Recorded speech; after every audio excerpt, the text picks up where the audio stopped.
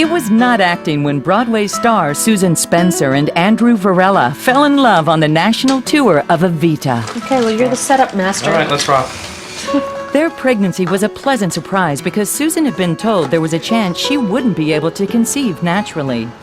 Susan and Andrew can't wait to meet their Broadway baby.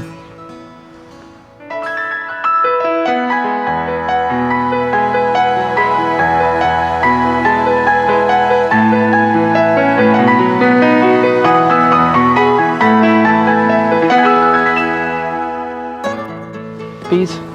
So cute. Andrew and I are both actors. We have done all kinds of different things, musical theater and straight theater and film and television. And right now, we're both in the Broadway show Les Miserables. Andrew and I met doing the national tour of Evita. Somebody once told me that relationships that are very strong, the partners are grateful that they found each other. And I am sincerely grateful for having found Susan. We had these in our backyard. My mother grew them, and we liked this. Hello. Hello. Susan laughs readily at things that most people would run for cover on. So that pretty much made us fast friends. And then from that point forward, I mean, it's just a matter of time and exposure before you fall in love with her. So. The fall of 1994, we were hired for a little theater in Wisconsin, where my parents live. Things were heating up in our romance, and so I thought this would be a great opportunity for my family to get to know this man who was so special to me. Andrew got to know my family and my parents. We left there in January, early January, and on January 25th, about 3 weeks later, we got a phone call that my father had just died very suddenly of a heart attack. Shortly thereafter, my mother had been diagnosed with breast cancer. The cancer had spread pretty quickly, and so Susan made the decision to move back to Wisconsin and care for her mother. At the same time, I got cast in the national tour of Cats. I was dealing with this incredible task of watching this very vibrant, wonderful woman slowly shrink away. Sometimes I would call Andrew and I would just weep because that was the only time I could really express what I was feeling. And every once in a while he would pop in between cities when he could. And I came to pick him up at the airport this one particular visit, thinking it would be another 24-hour visit, and he said, we have to go to baggage claim. And it was unusual because he always just left his baggage with whoever on the road. And so we get downstairs to the baggage claim, and suddenly all of his luggage is there, and he had given his notice. I made the decision, and I just joined her, and Susan and I took care of her mom. It was the most beautiful, noble thing that I could imagine someone doing, and that he was more interested in helping me through what was going on and being there for me, and thus for my mother. And I know it meant a lot to her as well. And that was October of '96, the end of October '96, and she died January 2nd, 1997. And I couldn't have done it without him.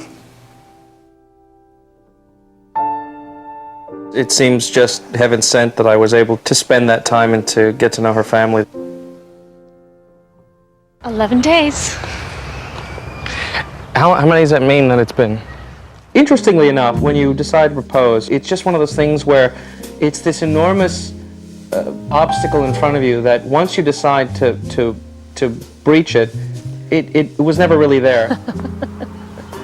So it was her birthday. I always wanted to rent one of the little rowboats in Central Park. We get in the pond, and we're rowing, and I held up a little box. Her first reaction was, "What are you doing?" I said, when I got it together, "Would you be my wife?" And she said to me, "I would be honored to be your wife." And you know, I'm waiting for this baby to have a better day in my life. We'd had enough showbiz in our lives. We have a lot of production in our life. We didn't need our wedding to be showbiz. It was just our family members, and we gathered around the altar at St. John the Baptist here in New York, and we're married, and then we went to the Rainbow Room afterward for dinner and dancing. And it was really lovely. And it was very, yeah, very nice. We're so glad that we did it that way. Wouldn't have, if we had to do it over again, we wouldn't change a thing. For most of our relationship, we weren't certain if we could have children. So we had basically written it off and figured that we'd be this really hip 50-year-old couple, you know, traveling and doing everything like that. I was told when I was 20 that chances are I would never be able to have children naturally without some sort of medical intervention. But it was kind of always in the back of our heads. I know it was in the back of my head that I would love to see what a little Susan Andrew combination would look like. So we decided that we would begin trying. It took about 7 months, and then Susan started dragging. She was like, oh, I just don't feel good anymore, and I don't know what's wrong. We bought some pregnancy tests. I was making coffee, and then I heard her in the other room. She went, Andrew. More animals. A purple rhino to go with the one on the wall. Oh, I didn't know it was the thing. Oh, yeah. And years ago, I had told her that if ever I found out you're pregnant, that I would dance with you. Because You dance me around the room. I'd dance you around the room. And so I looked at the tests, and I just took her, and we danced around the room. Not a big dance, just a slow dance. Jammies and all. Jammies and all. Christmas Eve, I brought my camera to videotape my family's reaction to us giving them the news. What we did was we took our first sonogram, and we put it in a frame, and we wrapped it up. So my father opened it. Oh, look at this. What's that? My dad didn't have his glasses on, and he was looking at it, and he passed it to somebody else. Who is it though? Sonogram from who? My sister's mother-in-law saw Susan's name at the top, and then everything went crazy. Oh.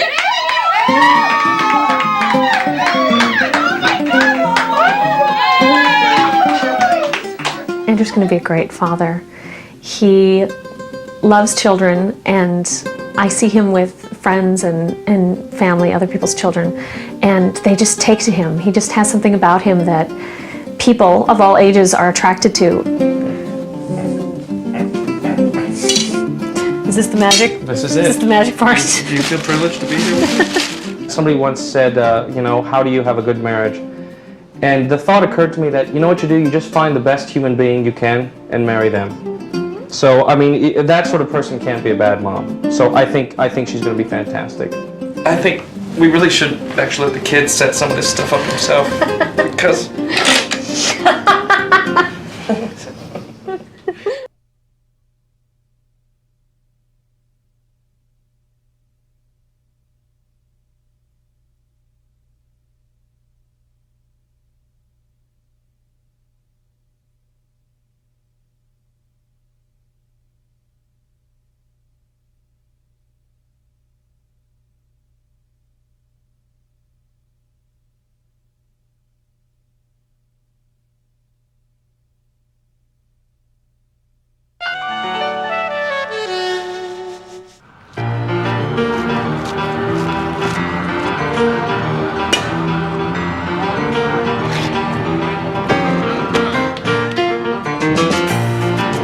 Today, Andrew is playing in the Broadway Show League softball game on the Les Mis team, which I was on until this year. Hello. Hi. How are you? See you, bro? It's nice to see your colleagues on a different level and be able to have fun with them, and it's really great. We both really love it. I miss it this year. Hi!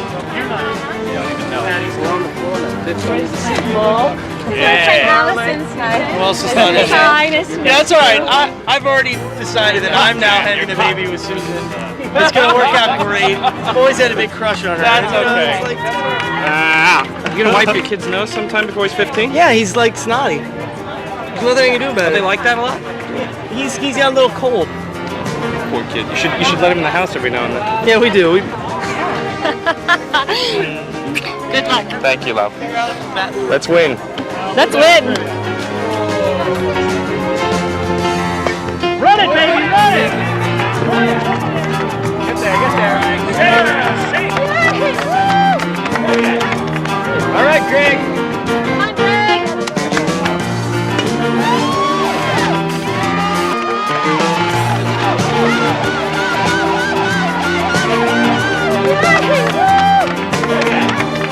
Kevin Friedman, cheers.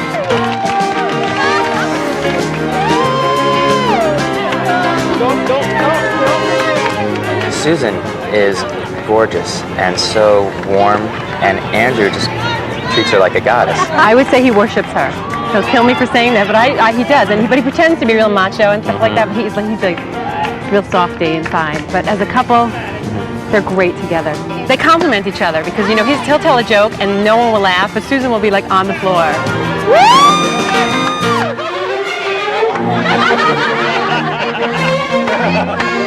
Their energy for life and their love for each other, to incorporate that into a family threefold is going to be very exciting. So, great parents. I expect great things, and Uncle Tim will be watching.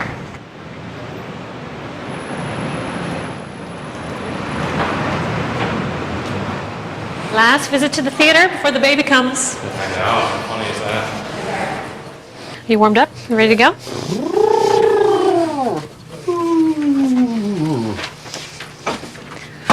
No, baby. Knock, knock. Ladies! Hi!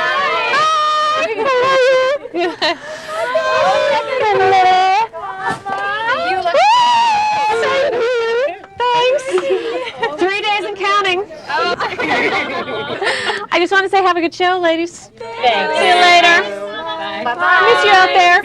Sing for the baby. Oh, you bet. In Les Mis, Susan and I cover the roles of Jean Valjean and Fantine, which are the two principal male and female roles, respectively. Even though we've been doing it for 5 years, we're never bored with the show. It's just such a great piece of theater. We got married when I was in the show, and we're going to have a baby when I'm in the show, and that's kind of cool. All right, here comes the beauty.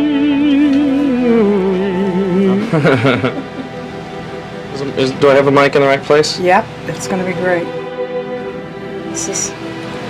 I'll make sure and put it where we can absolutely hear you the best. Because we wouldn't want to have it any other way. No, Okay. absolutely not.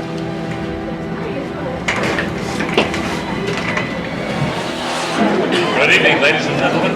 Please take a moment to turn off your pagers and cellular phones.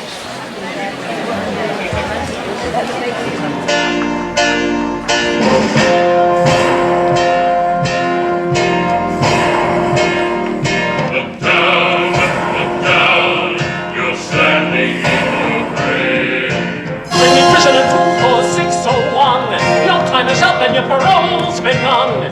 You know what that means. Yes, it means I'm free. No, it means you get your yellow ticket of leave. You are a thief. I stole a loaf of bread. You robbed a house. I broke a window pane. My sister's child was close to death, and we were starving. You will starve again unless you learn the meaning of the law. I know the meaning of those 19 years. A slave of the law. 5 years for what you did. The rest because you tried to run. Yes, 24601. My name is Jean Valjean.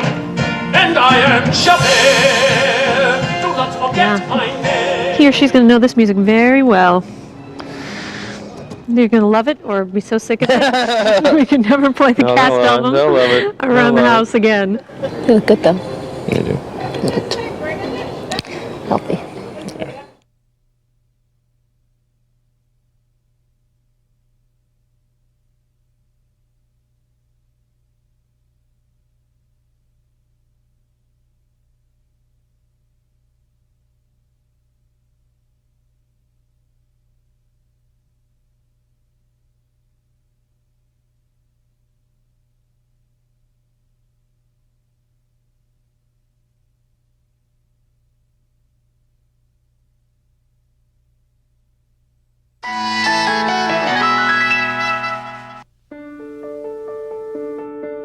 Down to, that's it, 3, 4, 5, 6, 7, 8, 9, 10. All right, stretch your legs out. Was that just rehearsal?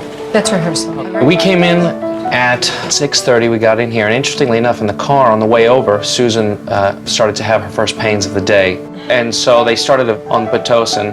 The doctor broke her bag of waters, and a little while later, the epidural guy came in. Take a deep breath, like cleansing breath, and then hold it. It's just a tight squeeze. 8. Okay, and again, get another breath. Push down hard. That's it. 8, 9. That's it. 10. Go out. And again, quick breath in. Push down hard, really hard. 4, 5. Keep going. 6. I'm Andrew's mother. Hard, Suze. That's Susan's surrogate mother. I love her a lot. She's just another child, another one of mine. I have 3 other daughters, and she's another daughter for me. I feel very comfortable with her, and I know she feels comfortable with me, and she's a wonderful, wonderful young woman. Suze, you're going to show me great pushing. She's actually been doing really well. Great pushing. You're going to show me a great push. I've learned. Again. Okay, good. Here we go. Good. Grab your legs. Big breath in. Hard. That's it. Really low. As hard as you can, Suze. 5, 6, 7, 8, 9, 10. Good job. Big breath in again. Here's where it gets funny. My mom called us. We were at home at 4 o'clock yesterday, and my mom called us and asked us where we were. And I was like, well, we're at home. She's like, oh, I'm at the hospital. So we didn't actually tell her to meet us at the hospital, but she said, I'm going to be waiting somewhere. I may as well wait there. So she was at the hospital 2 hours before we were. Push it. Push, push, push, push, push. There you go. 6, 7. Even more, Susan. Come on, a little extra. Good. That was your best push. Good job. Susan, you're coming up on 2 hours of pushing. How far inside the pelvis is the baby right now? It's at this station called +1, so You're at +1. it's coming down. +4 is out. She's made progress in the last little while. +5 is in the car seat. That's it. Okay, good. Here we go. Good. Grab your legs.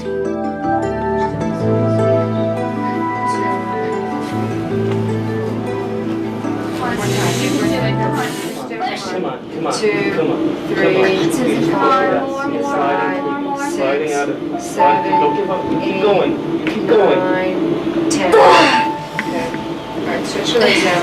There's no indication that the cord's wrapped around it. I don't think that's the trouble. Either it's fitting or it's not fitting, and just let her push a little bit longer and see if it comes down a little more. I only asked because somebody... Because you were 10 pounds.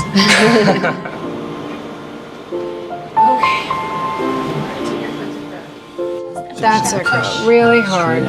2, 3, 4, 5, 6, 7, 8, 9, 10.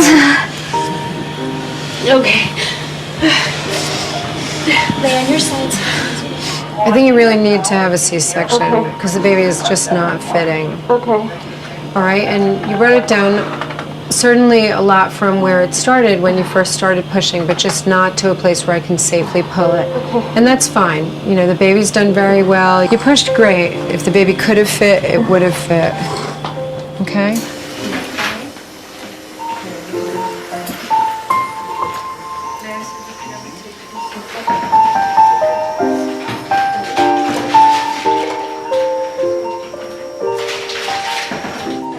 How you doing?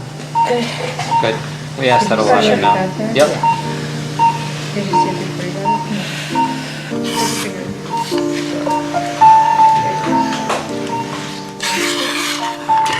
All right, you guys, we're very close now. That's a big head. Thank you. That's a big baby. The baby's got dark hair.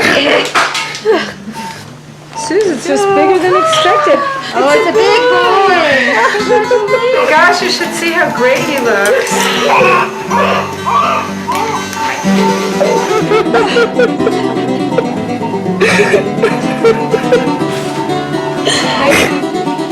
This kid's ready for college. I love the eyes. Yeah. The babies. Yeah, right. Like.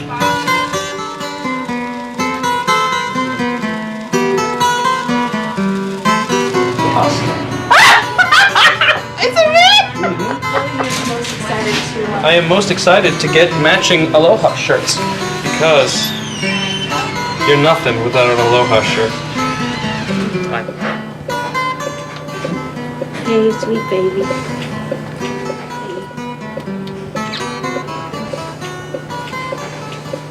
We're so glad you're here.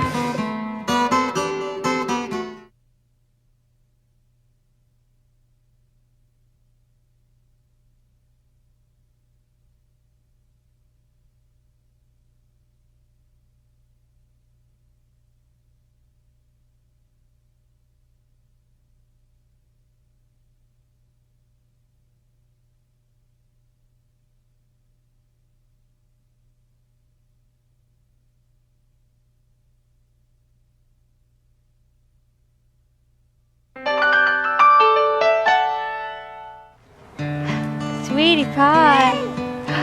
Sweetie pie. The second that I saw him, I just fell in love with him instantly.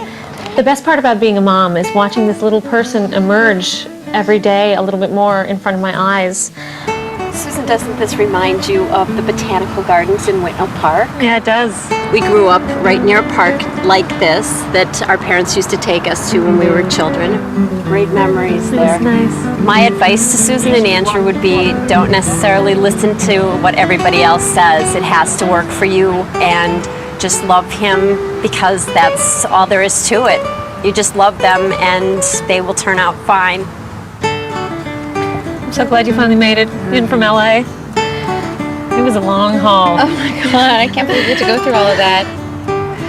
It was all right. It was Obviously, worth it. It was worth Yeah. it, obviously. As a mother, Susan is just unbelievable. Every time he cries, she knows what it is. And I'm like, how did you know that? And I just looked at her and I was like, your mom would be just, she would be so proud. You're just amazing. I can't wait to tell Oscar how cool his parents are.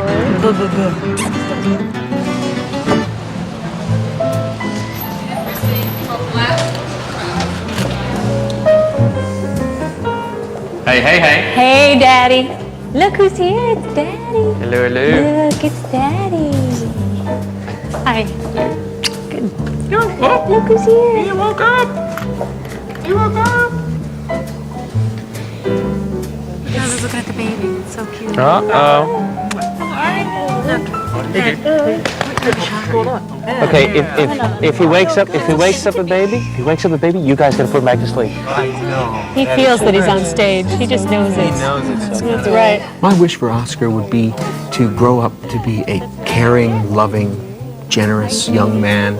He is surrounded by so much love, and it's so fortunate to come into this world with that kind of surrounding and to carry that on and carry that legacy throughout his life and with everyone that he comes in contact with. So, I love you, Oscar. There you go. Hi, look at those eyes.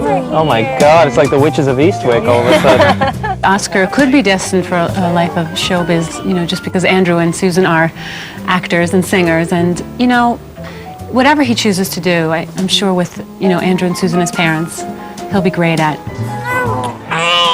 Oh, Oscar, are you going to sing for us now that we're at the theater?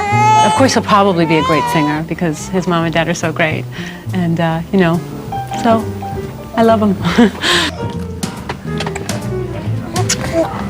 Hello. There you go. Hello, hello.